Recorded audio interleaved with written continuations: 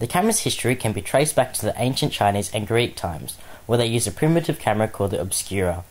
Essentially, an enclosed box with a small hole in one end that allows light in and reflects it off a mirror onto a viewing opening. This meant that the subject would have to stay impossibly still for an exhausting amount of time, and if the photographer wasn't good at tracing, then it would be rather an annoying waste of time. In 1816, Mr. Niepce came to the rescue. He created the first ever film by soaking sheets of paper in a silver chloride solution. When silver chloride is exposed to light, it changes to a greyish-blue colour. This is because it decomposes into metallic silver and atomic chlorine. He placed his film in an obscura and left it on a windowsill for 8 hours. This created the first ever photograph. Everybody was very excited about this new technology. Unfortunately, the light needed to look at the image also made it fade away as the chemicals continued to react. This of course was the case until Louis Daguerre.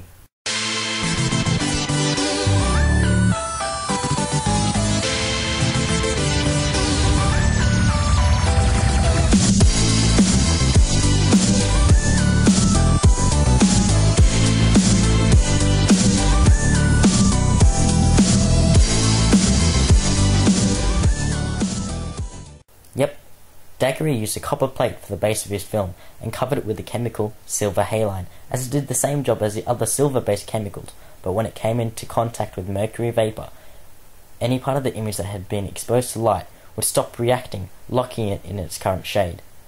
The salt was to reduce the amount of excess chemicals that had not been affected by the light. Through many developments, the film became faster to expose, so fast in fact that they had to develop the shutter to limit the amount of light that came in. They also added lenses to keep the cameras focused and to perform various tasks.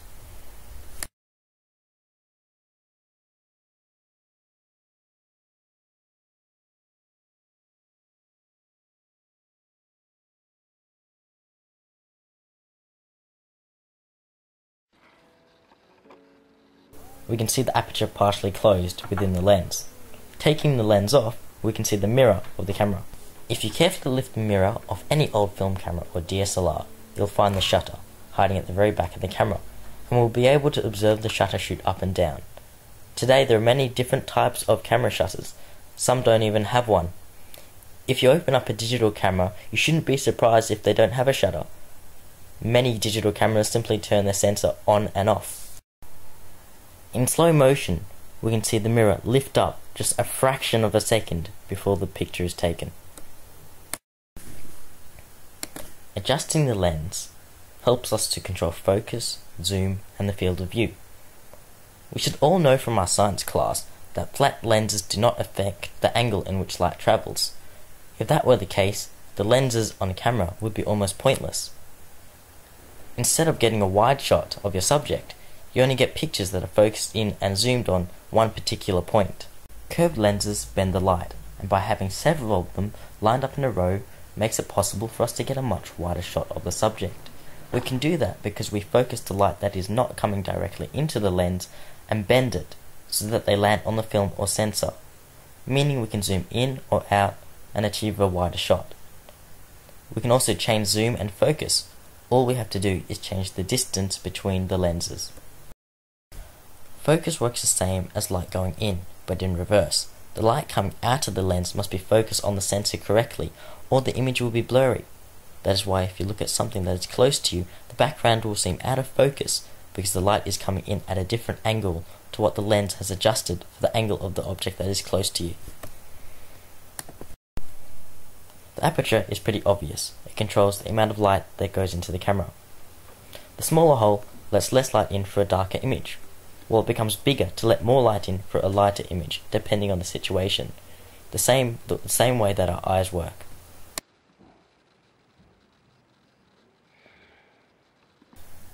The viewfinder is a major part of the camera.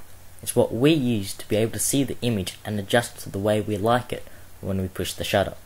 Originally, they were a separate lens on top of the camera, but this was not very accurate, so they incorporated a design that was very similar to the obscura.